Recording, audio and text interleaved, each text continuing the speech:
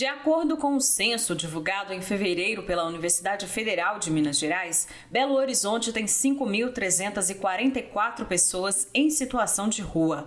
Agravando esta realidade, a capital tem batido recordes de frio, com temperaturas que ficaram abaixo de 9 graus, com sensação térmica de quase zero.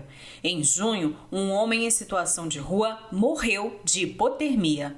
Enquanto isso, vereadores de Belo Horizonte tentam aprovar um projeto de lei que impõe a retirada compulsória de bens como colchões, camas e barracas da população em situação de rua. O texto foi aprovado em primeiro turno na Câmara Municipal no último dia 5 e propõe ainda medidas como a internação em comunidades terapêuticas, no caso de uso abusivo de álcool e outras drogas, e a implementação de políticas de controle de natalidade. Controle de natalidade, gente, é política da época do nazismo. O que é isso? É obrigar a mulher, ou mesmo o homem também, especialmente as mulheres, a fazerem procedimentos de esterilização contra a vontade da pessoa. Isso é política, repito, do nazismo. Um projeto de lei usar esse conceito neste século XXI significa negligenciar toda a história e toda a política de direitos humanos e reprodutivos, na medida em que a gente defende que as pessoas elas façam a opção, né, pela sua forma, né, de não engravidar, ou façam a opção de engravidar, e as pessoas em situação de rua têm esse direito previsto, né, na legislação atual. Esse projeto de lei, na medida que impõe controle de natalidade, portanto, retrocede em algo que é fundamental às pessoas, que é optar ou não pela natalidade. Na avaliação de urbanistas, o PL não propõe nenhuma solução para BH, pois trata um problema social como uma questão estética.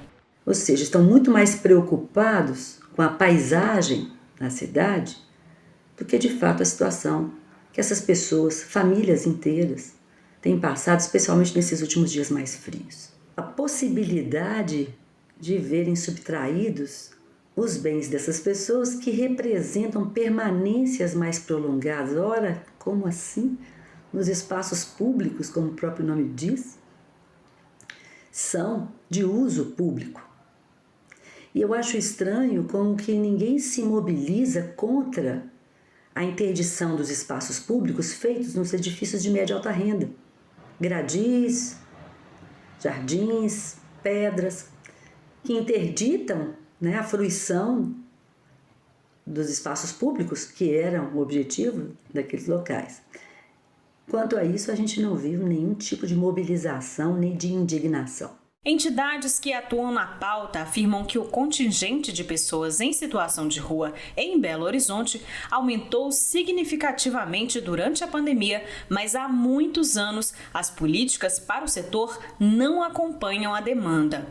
Demanda e vai demandar política mais estruturante, então política habitacional, né, política de trabalho e geração de renda. Essa população é uma população em idade laboral, então política de trabalho e geração de renda, né, políticas sérias e sóbrias de saúde, e não somente a política socioassistencial, não somente o abrigo e o centro pop, né, ou a comida, esse é o emergencial.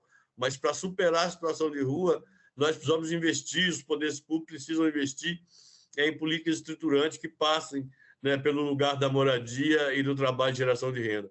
Em 2019, uma decisão transitada em julgado determinou que a Prefeitura de Belo Horizonte não pode recolher bens da população em situação de rua. A decisão foi fruto de uma ação popular movida em 2017. Essa decisão transitou em julgado em 2019. Significa dizer que ela não pode ser alterada e ela continua em vigor, reconhecendo a ilegalidade do recolhimento de pertences feito pela Prefeitura de BH.